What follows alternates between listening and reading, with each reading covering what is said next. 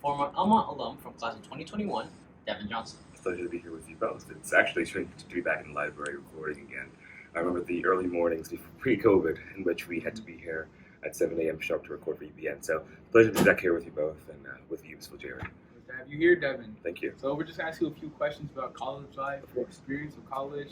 So our first question that many juniors and seniors want to ask is, what's something you knew before you went to college? Well, I should start with what I didn't know before I went to college and then go into what I knew.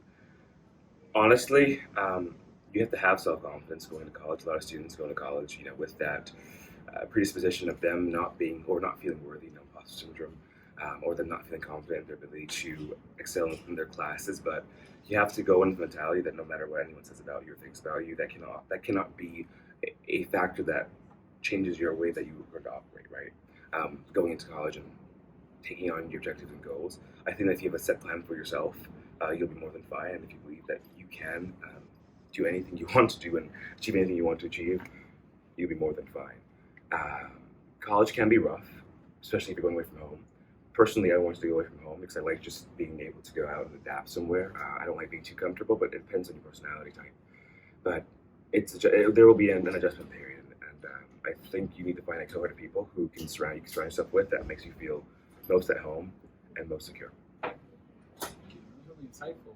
I really thought about self-confidence as something you need when going to college. I know the adjustment period personally because my sister, when she went to college, she was, she probably didn't say it, she wouldn't kill me, but she was a mess. I'm not gonna lie. Yeah, and when she came back that first day, she seemed like really out of it. She's not used to it now, but I understand what you mean about that self-confidence. As a junior myself, that's something I didn't really account for. What I will also add is that you need a level of discipline going to college because there will be opportunities for you to go out to party on the weekend and there'll be other social engagements, but you have to find that right balance between getting your work done and between enjoying yourself. And I think that a lot of individuals going in are quite indisciplined because high school maybe slightly laxed compared to college, although it's not really that different if you think about it. You have less classes during the day, but some of them are just longer, so you have more free time, so you have to understand exactly how to manage your time properly as well. So there are some key things that I think every individual should be thinking about in time management and discipline. Is certainly two of them when going to college. And also, when applying to school, you have to be able to find somewhere that suits you best for your major, and just in terms of its environment and the accessibility to do what you want to do in the future as you want to career path. Those are some things I think of. Any regrets you have in the past year and a half, going through college, leaving Elmont, going to college, applying to colleges? No, actually. So I learned to live life without looking or having regrets because everything's a learning experience and everything can be used as a stepping stone to become greater yourself. I don't have any regrets, I will say. It's just nothing that I wouldn't do again. I would apply to the same school and I would still accept it. I've had a fantastic time at Chicago. The city, not so much, but the school itself, yes. The teachers have been treating me well. Education has been great. Opportunities are there. You have to just go find them. So this question, as a junior myself, I'm going into my senior year. One thing I really struggled with was like looking for colleges, trying to find that one college which suits you. Because like every college says, "Oh, this is the college for you." We have all this, all that. So it's kind of hard to decide. So like, what criteria did you put yourself through? What made you choose Chicago? And like, how would you pick a college?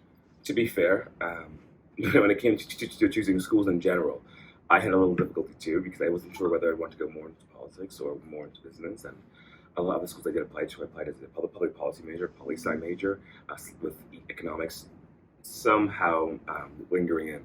But I changed my entire purview, I would say, when I realized that this is what I wanted to do. I know a lot of students don't really have an understanding of what they want to do as they go into college, but if you have a passion or something that you really care for and something that you can spend hours studying, I would try to at least adjust my list to reflect that. So I chose Chicago because they are world-renowned for their economics department, and economics is something that I find great value in. It's just a mode of thinking. I try to think of everything economically because, again, it's the study of making choices. And so far, I would do it again. I think over 30% of everyone who attends Chicago has an econ degree or is going to pursue a major in econ, and then it's political science and public policy. So still was oriented around what I wanted to do, which is public policy or business, but I since have had pushed public policy behind and just focusing primarily in business economics. Okay. Thank you. So gearing into what you want to do and try to find yes, school so that fits you. If you're more science oriented, maybe an MIT, a Caltech, or I know The Illinois Institute of Technology is also a very good school.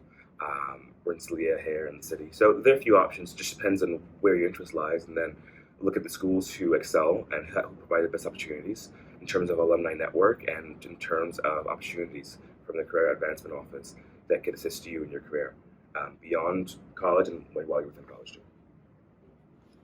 Devin, question for like the seniors that are going to college or dorm.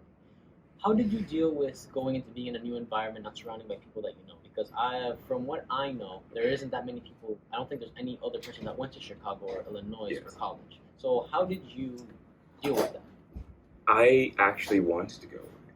So if I don't meet new people, I tend to feel like I'm stagnating, right? Because I feel like when you meet a new person, it's a new story, new experiences that they can share with you, and also an opportunity to learn. When going to Chicago, I have met some incredible people from different backgrounds who have been teaching me as much as I teach them, and that is what I was looking for primarily.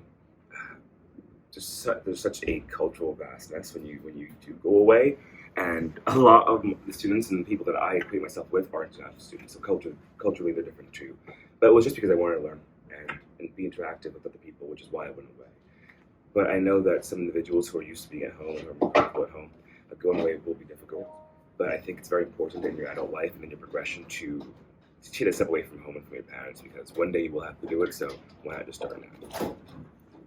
I think this will be my final question. Of course. I want to ask, when you go off to college, you become a sense of an adult. You have to leave your parents, leave your family, even if you're commuting between school and your home. There's like a sense of like distance between you and your family, and you're kind of independent for your own study. There are less teachers, less guidance counselors to help you along every step of the way. So how did you transition from being a student to being more of an adult, That was probably the best question, I believe, because in high school you have a guidance counselor, but in life you have mentors.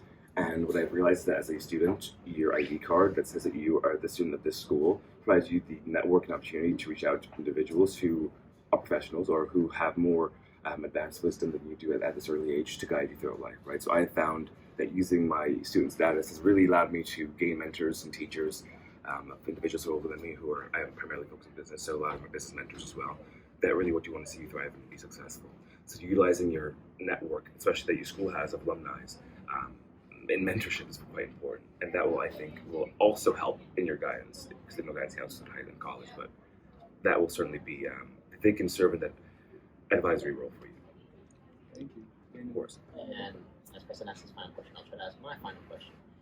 I saw you mentioned that you switched from poli-sci to economics. Yes. What was it? What in your brain made you decide that you no longer wanted to want to pursue more economic, business oriented rather than poli-sci? And how should other seniors, when they go into college, use the advantages and disadvantages of what they're studying to switch? Because some people might be hesitant to switch what they thought they used to like, but. So I actually went to a double major in economics and political science, and then I realized that sitting in a poli-sci class my very first quarter of school, I didn't like writing papers. I loved reading papers on political theory, but I felt that my impact could be more monetary based. So I would be the person providing the funding for a person who has a deeper passion in public policy or political science to allow them to then expand whatever goal or objective they have. So I just like understanding how money works, but economics in general is a great way just to think about why we make choices as a society and nation. Macroeconomics changed my entire view on the outlook of the world. You learn a lot when you go into economics. I think that shifting mindset is very important, and that shifted my mindset, and that's why I went with economics instead.